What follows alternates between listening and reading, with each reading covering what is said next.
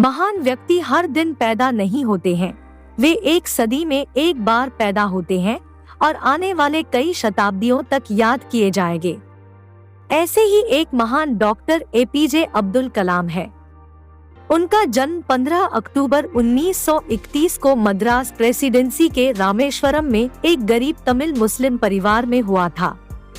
वह अपने परिवार के साथ तमिलनाडु के मंदिर शहर रामेश्वरम में रहा करते थे, जहां उसके पिता जैनुल आबदीन के पास एक नाव थी और वह एक स्थानीय मस्जिद के इमाम थे। वहीं उनकी मां आशियम्मा एक गृहिणी थी। कलाम के परिवार में 4 भाई और 1 बहन थी, जिसमें से वह सबसे छोटे थे। कलाम के पूर्वज धनी व्यापारी और जमींदार थे और उनके पास विशाल भूमि और संपत्ति थी। लेकिन समय के साथ पंबन ब्रिज के खुलने से तीर्थयात्रियों को लाने और किराने का सामान बेचने के उनके व्यवसाय को भारी नुकसान हुआ। नतीजतन कलाम का परिवार तंगी में आ गया था और जीवन यापन करने के लिए कड़ी मेहनत कर रहा था। कम उम्र में कलाम को अपनी पारिवारिक आय के पूरक के लिए समाचार पत्र बेचना पड़ा। अब्दुल कलाम की शैक्षिक पृष्ठभूमि।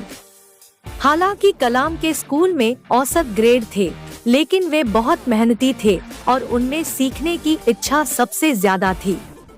उन्होंने अध्ययन में बहुत समय बिताया और गणित में विशेष रुचि विकसित की।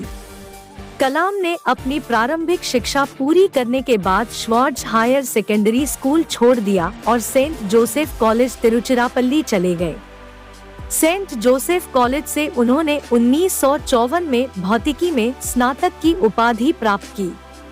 वे 1955 में मद्रास इंस्टीट्यूट ऑफ टेक्नोलॉजी में एरोस्पेस इंजीनियरिंग का अध्ययन करने के लिए मद्रास चले गए। कलाम एक वैज्ञानिक के रूप में। कलाम ने अपनी स्नातक की पढ़ाई पूरी होने के बाद 1960 में डीआरडीओ के वैमानिकी विकास प्रतिष्ठान में एक वैज्ञानिक के रूप में शामिल हुए। उनके करियर की शुरुआत एक छोटा होवरक्राफ्ट डिजाइन करने से हुई। हालांकि वे डीआरडीओ में नौकरी के अपने विकल्प से आश्वस्त नहीं थे। कलाम को 1969 में इसरो में स्थानांतरित कर दिया गया था, जहां वे भारत के पहले उपग्रह वाहन प्रक्षेपण के परियोजना निदेशक थे। उपग्रह वाहन ने जुलाई 1980 में रोहिणी उपग्रह को सफलतापूर्वक पृथ्वी की कक्षा में स्थापित किया। कलाम को 1970 से 90 के दशक के बीच सरकार की एलवी और एसएलवी परियोजनाएं प्राप्त हुई। उन्होंने प्रोजेक्ट डेविल और प्रोजेक्ट वैलिएंट जैसी 2 परियोजनाओं का निर्देशन किया, जिसका उद्देश्य सफल एसएलवी कार्यक्रम की तकनीक से बैलिस्टिक मिसाइलों को विकसित करना था। कलाम ने किसी तरह इंदिरा गांधी को आश्वस्त किया और इन एरोस्पेस परियोजनाओं के लिए गुप्त धन की मांग की। उनके शोध और अपार ज्ञान ने उन्हें और देश को 1980 के दशक में महान ख्याति दिलाई। इसके बाद कलाम 1992 में रक्षा मंत्री के वैज्ञानिक सलाहकार बने और सरकार के प्रमुख वैज्ञानिक सलाहकार के पद पर पदोन्नत होने से पहले 5 साल तक उसी पद पर रहे। देश के 1998 के परमाणु हथियारों के परीक्षण में उनकी अपार भूमिका ने भारत को एक परमाणु शक्ति के रूप में मजबूत किया। कलाम अब एक राष्ट्रीय नायक बन गए थे, जिन्हें आने वाले युगों तक याद किया जाएगा। हालांकि उनके द्वारा किए गए परीक्षणों ने अंतर्राष्ट्रीय समुदाय में भारी हंगामा मचाया।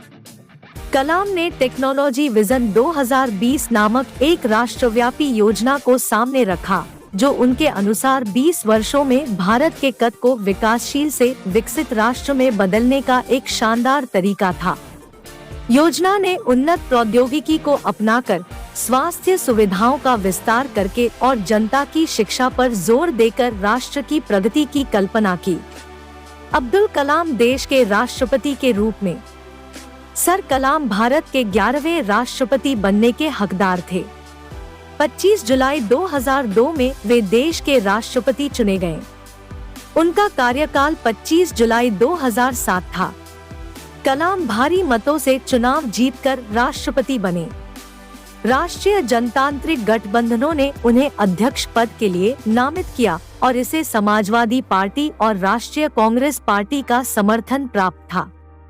उन्हें प्यार से लोगों का राष्ट्रपति कहा जाता था क्योंकि उन्होंने लोगों के कल्याण के लिए और पूरे देश में अनगिनत काम किए थे। वह निर्णय लेने और उन्हें लागू करने के लिए बड़े साहसी थे। चाहे वह कठिन हो या संवेदनशील हो या फिर अत्यधिक विवादास्पद हो। वह 2005 में बिहार में राष्ट्रपति शासन लगाने के लिए सबसे चर्चित राष्ट्रपति शासन में से एक बन गए थे। कलाम ने एक बार और पद संभालने की इच्छा व्यक्त की, लेकिन बाद में अपना विचार बदल दिया। कार्यालय से विदाई लेने के बाद वह शिफ्ट हो गए और शिलांग में भारतीय प्रबंधन संस्थान में एक अतिथि प्रोफेसर के रूप में अपना छात्रों को लेक्चर देना शुरू किया। उन्होंने अन्ना यूनिवर्सिटी तमिलनाडु में एरोस्पेस इंजीनियरिंग के प्रोफेसर के रूप में कार्य किया। उन्होंने अपनी उपस्थिति और ज्ञान से Indian institute of Indore, Indian institute of Bangalore जैसे शैक्षणिक संस्थानों को भी रोशन किया। सर कलाम ने भारतीय अंतरिक्ष विज्ञान और प्रौद्योगिकी संस्थान तिरुवनंतपुरम के चांसलर के रूप में कार्य किया। 2012 में उन्होंने व्हाट कैन आई गिव नामक एक कार्यक्रम शुरू किया। देश से भ्रष्टाचार को मिटाने के विषय पर ध्यान केंद्रित करना। सर कलाम का अंतिम समय। जैसा कि हम जानते हैं कि पृथ्वी पर जन्म लेने वाले प्रत्येक व्यक्ति को एक न एक दिन मरना ही होता है, लेकिन कुछ लोग देश के लिए अपने योगदान के कारण लाखों लोगों के दिलों में अमर हैं। डॉ. एपीजे अब्दुल कलाम एक ऐसे व्यक्तित्व थे जिनका 83 वर्ष की आयु में निधन हो गया। यह पूरे देश के लिए, खास तौर पर युवाओं के लिए एक बेहद दर्दनाक समय था, क्योंकि हर वर्ग के लोगों को प्रेरित करने वाले एक महान व्यक्ति दुनिया छोड़ गए। आपको बता दें कि अब्दुल कलाम IIM शिलांग में एक कार्यक्रम में युवाओं के लिए भाषण दे रहे थे। इस दौरान उन्हें दिल का दौरा पड़ा और वे गिर पड़े। हालांकि उन्हें शिलांग के सबसे अच्छे अस्पताल में भर्ती कराया गया, लेकिन डॉक्टर उन्हें बचा नहीं पाए। अब्दुल कलाम की उपलब्धियां। अब्दुल कलाम एक महान दिल के व्यक्ति थे जिन्होंने अपनी जीवन यात्रा के दौरान कई पुरस्कार प्राप्त किए और कई उपलब्धियां हासिल की। 1981 में अब्दुल कलाम को प्रतिष्ठित पद्म भूषण पुरस्कार मिला। राष्ट्र के प्रति अपने जबरदस्त प्रयास के कारण प्रसिद्ध व्यक्तित्व को 1997 में भारत रत्न मिला। उसी वर्ष उन्हें राष्ट्रीय एकता के लिए इंदिरा गांधी पुरस्कार से सम्मानित किया गया।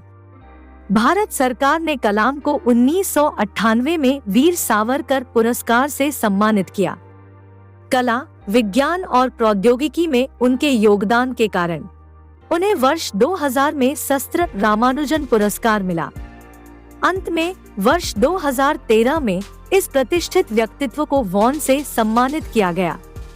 नेशनल स्पेस सोसाइटी द्वारा ब्रॉन पुरस्कार भी मिला। हालांकि अब्दुल कलाम का जीवन संघर्षों और कठिनाइयों से भरा था, लेकिन वे विरोधियों से ऊपर उठकर आधुनिक भारत के महानतम वैज्ञानिकों में से एक बन गए। राष्ट्र निर्माण में उनकी भूमिका को आने वाली पीढ़ियों तक याद रखा जाएगा। दोस्तों, वीडियो आपको कैसी लगी कमेंट करके हमें जरूर बताएं। वीडियो आपको इन्फॉर्मेटिव लगी हो तो चैनल को सब्सक्राइब अवश्य करें और हाँ, वीडियो को लाइक शेयर करना बिल्कुल ना भूलें। मिलते हैं अगले वीडियो में नए टॉपिक के साथ। जय हिंद।